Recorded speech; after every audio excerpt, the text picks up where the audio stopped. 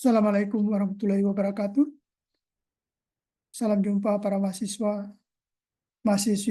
Universitas Terbuka, Program Sarjana Ilmu Akuntansi, Fakultas Ekonomi dan Bisnis dimanapun Anda berada. Salam jumpa pada sesi yang kedua ini. Kita akan membahas tentang laporan laba rugi dan laporan perubahan ekuitas.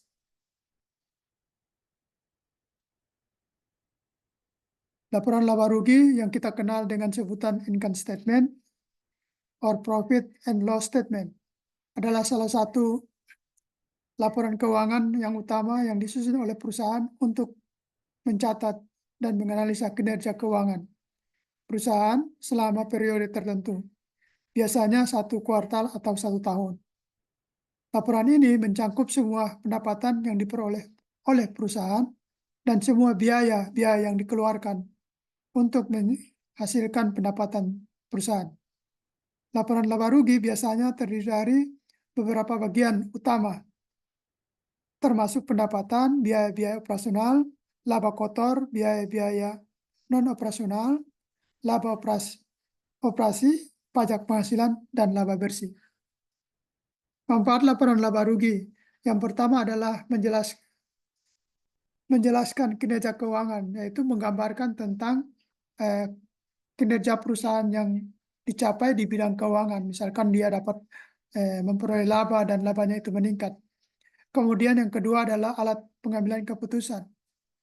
Informasi yang terdapat di dalam laporan keuangan akan digunakan oleh manajemen untuk mengambil keputusan.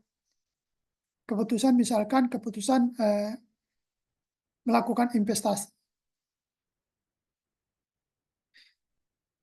Unsur-unsur yang terdapat pada laporan laba rugi adalah pendapatan, biaya operasional, laba kotor, biaya non-operasional, laba operasi, pajak penghasilan, laba bersih, earning per shares, depresiasi, EBIT, laba kotor, harga pokok penjualan, dan laba sebelum pajak. Ini adalah contoh-contoh laporan laba rugi. Nah, di dalam laporan laba rugi itu ada dua, yaitu laporan laba rugi itu sendiri, ada juga yang laporan komprehensif lainnya. Laporan laba rugi itu berkaitan dengan pendapatan dan biaya-biaya yang digunakan yang berhubungan dengan memperoleh penghasilan.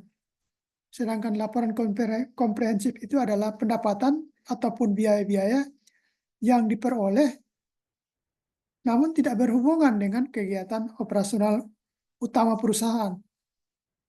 Nah, laporannya ini ada dua model dalam laporan laba rugi. Ada yang laporan laba rugi sendiri, ada laporan laba rugi yang digabung dengan laporan komprehensif.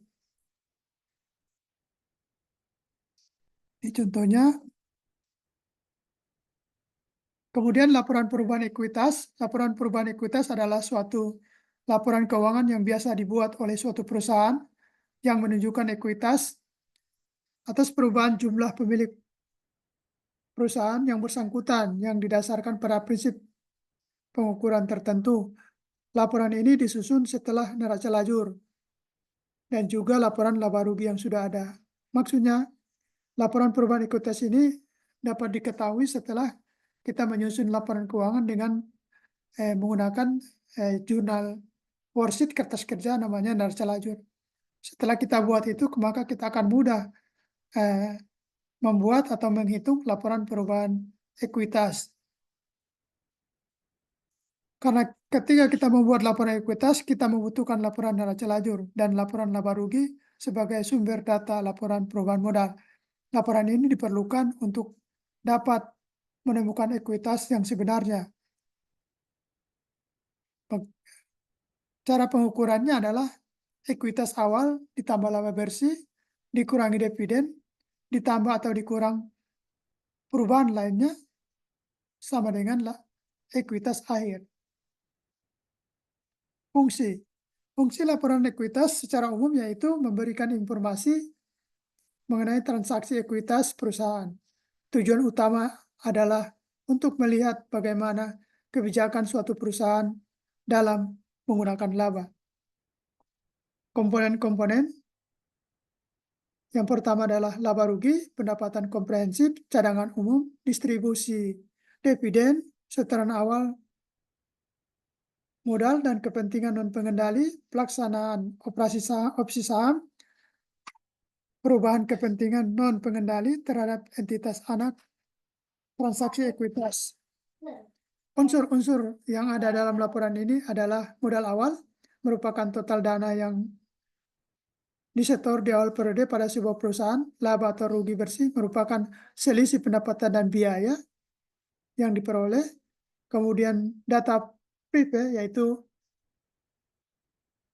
penarikan uang perusahaan oleh direksi atau pihak pemilik modal untuk kepentingan pribadi.